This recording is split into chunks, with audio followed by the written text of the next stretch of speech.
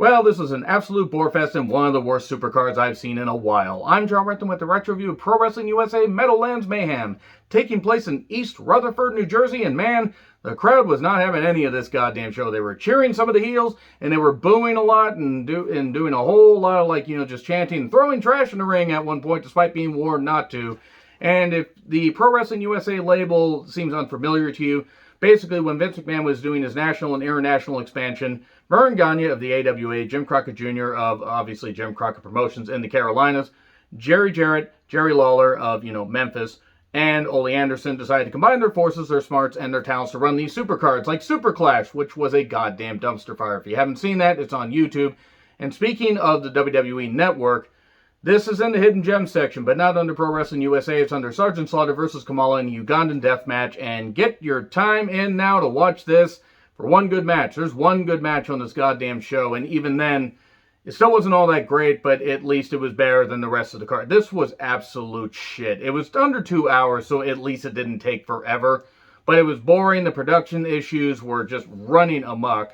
The announcing was really goddamn it. The ring announcing wasn't even all that good. The commentary was even worse. And because they had to use different cameras, at one point they just used, the camera in the crowd.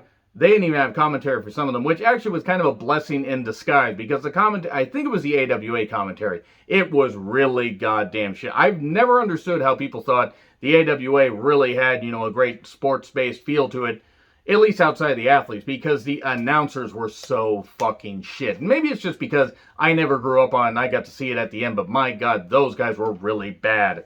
So, ring announcer basically says to the fans, hey, don't throw trash in the ring and don't try to rush the ring. Well, they throw trash in the ring later. They don't rush the ring, probably because they were sitting on their goddamn hands for most of this. So, Pretty Boy Larry Sharp versus Bobby Duncan, who probably shouldn't have been in the goddamn ring at this point. He was washed. Larry Sharp has trained a lot of wrestlers. Google it, you'll see. He's really trained a lot of people. Some local DJs shouts the introductions, and at one point, Sharp lands on the table, and one of the commentators says, "Get off my fucking table." And then Running Bulldog 1, 2, 3. And then you can actually hear off camera Larry say, "Hey, maybe you could talk to the other guys like that, but not me." It was a short match, but it still wasn't very good. The Wild Samoans, Offense Sika. Yes, we're still wrestling by this point, believe it or not. I always forget that they actually had a little bit more, of a run after losing the tag titles to Tony Atlas and Rocky Johnson, and that run didn't work out all that well. And fuck Rocky Johnson, I'm glad he's dead. And if you take a look if you Google about Rocky Johnson and controversy, you'll understand why I say that. So, they basically had, I believe, Sir Oliver Humperdinck, if I'm right, and it was Steve Olenowski and Tom Zink. Great, Tom Zink's in this, and I instantly go to sleep. It's not that, and nothing against Tom Zink as a person, he just wasn't an interesting personality. This is sloppy, huge cheers for the Samoans, commentary was ass, absolute ass. But I mentioned it was ass, and we never tried to headbutt a Samoan. Why would you do that? And basically Zink got pinned after a Samoan drop. It was almost broken up and then not broken up because referee was just like, well, shit, let's get out of here. This match is dying. And then Jim Duggan's subs for an injured Dusty Rhodes, who'd wrestle the next night in Atlanta, I believe. So it's not like if not in Atlanta, he'd wrestle somewhere, because Dusty wrestled just about everywhere. He was injured, so Jim Duggan the announcers kept calling Jim Dugan, because nobody bothered to, pay attention to the names.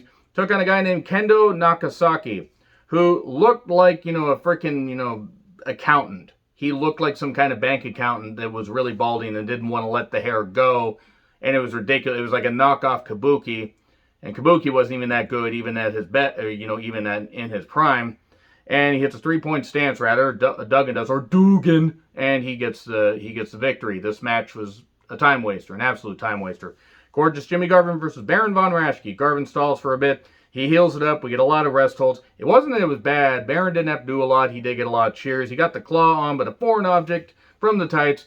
And Baron hit 1, 2, 3. Not the only time Baron Von Rashke will be seen. And then the Freebirds, the fabulous Freebirds. Hayes, Gordy, and Roberts teaming up against the High Flyers, which were Greg Gagne and Jumping Jim Brunzell before he become one of the Killer Bees. Oh, he's a Killer Bee. Left Eye, it's a Sting. I really screwed that reference up. And the Tonga Kid, who appeared, I believe, if I'm right, on that Yokozuna documentary that they did on WWE Network, the Icons one. Check it out if you haven't. Freebirds got some great heel work here and got some great reactions. I mean, considering that they finally got to see some goddamn stars, the crowd reacted to this a little more favorably. It's the first good match of the evening, and I will say, still, this is only okay. The pace was good, nice back and forth. Greg got targeted for a while. Pity that Greg Gagne got beat up. And then Tonga Kid got a hot tag, and then we got a melee, and we got a double DQ. So even the best match on the card had to end in a sloppy double DQ. Gordy throws chairs in the ring, as Gordy is known to do. And then we get King Tonga, the future Haku, the future Ming, the future holy shit, Haku's here, run. I don't care if he's 60. If he catches us, we're dead. With the masked superstar, who I believe is Bill Eadie, who would later become Demolition Axe. Taking on Rick Martel for the AWA title, and bless Rick Martel. And I love Rick Martel. I'm glad that he got a chance to be a singles champion, but the AWA by this point was not doing all that well, especially by 86. I mean, he would lose it in later 85, but he tried, but nobody bought it. And it's not that Rick wasn't good, but given where the company was going, it's not like everything went completely downhill, but it was obvious that AWA was grasping at straws, and Rick wasn't going to be the person to solve, their top guy issues, even though Rick was very, very good. It sounds like I'm dumping on the guy, and I'm not. If he had been given a chance, been able to be given a chance, say, in like 82, beating Nick Bockwinkel, then I think it would have been better. But they were going with Hogan, and then Vern Gagne took a whole bunch of Hogan's money when he went to Japan and screwed it up. And good job, Vern, you goddamn idiot. It's cool to see Haku in earlier days, and man, this just wasn't good. Just wasn't. It was there was a number of arm stuff, number of arm, like holds, like arm bars and stuff like that, and a bunch of rest holds and boring chants and a pile driver for 2, and the crowd booed heavily because it would not end, even though it only went 13 and a half minutes. And then crossbody 1, 2, 3. They cheered because the match was over. I don't think they cheered because Martel won. I don't think they would have cared who won. This was really shit. So we think it's Sergeant Slaughter versus Kamala, Ugandan death match. Okay, so no fall can finish this match. No falls, no time limit, no DQ, no pinfalls. Once you're counted down, it's kind of like a Texas death match, essentially. A pinfall can't end it, but you can be counted down, and then after 30 seconds, they do a 10 count, and then if you can't, they do some kind of count, basically, where if you can't answer it, then that's it. 30-second rest period, and then a 10 count. They bungled these rules so goddamn much, I got confused. But it was really, really bad. Billy Robinson and Skandar Akbar were in Kamala's corner because Kamala was going between here and Mid-South. Because at this time, Kamala really meant something. It was a shame that WWE watered him down. But anyway. And also, whoever loses gets taken out on a stretcher. That's important. This is one of the most boring matches that I've seen in, at least from this time in the AWA. It was really bad. Slaughter wasn't really all that motivated, and to be fair, him and Kamala could only do so much. But they didn't bleed. They didn't do much of anything. They tried to, juice it up by, hitting some hard punches. And look, I'm sure that they laid some shit in.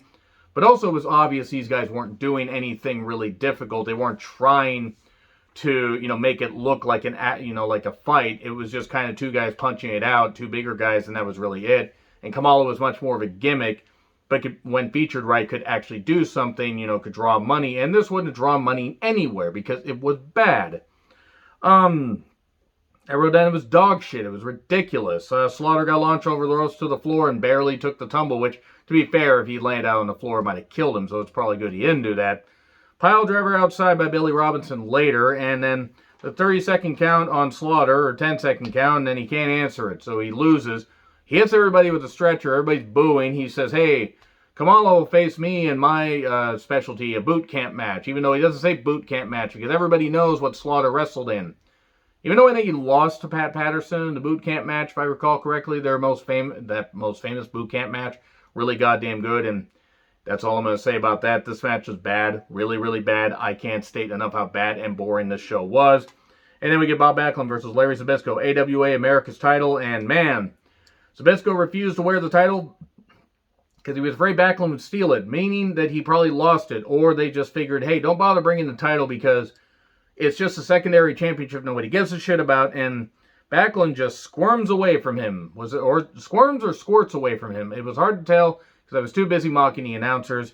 And the crowd was dead by this point. Absolutely dead. I don't even know what the full card was. This is just what was shown. They might have done another few matches, and because of the technical issues, that footage is lost. Which is probably a good thing, because I don't think I could have taken much more of this show. We got a whole bunch of, like, we got Larry with some good heel work. We got some good wrestling, but we got a lot of wrestled. Macklin did get fired up later, trying to lock on the chicken wing and bashing Larry's face in, then got knocked over the top rope. And that was it. That was it, basically. Macklin got upset, and this is dog shit. This was really dog shit. This was a bad show. I will never watch this show again. I'm trying to review a bunch of stuff, full events on the WWE Network, the Hidden Gems section, stuff like that, just for fun. But if many more are like this, I don't think I'm going to review any. I'm just going to wait until they all get uploaded on Peacock months later. Anyway, agree, disagree, what I said, like, share, subscribe, Twitter handle in the description. I'm John Ritlin. I'll see you soon.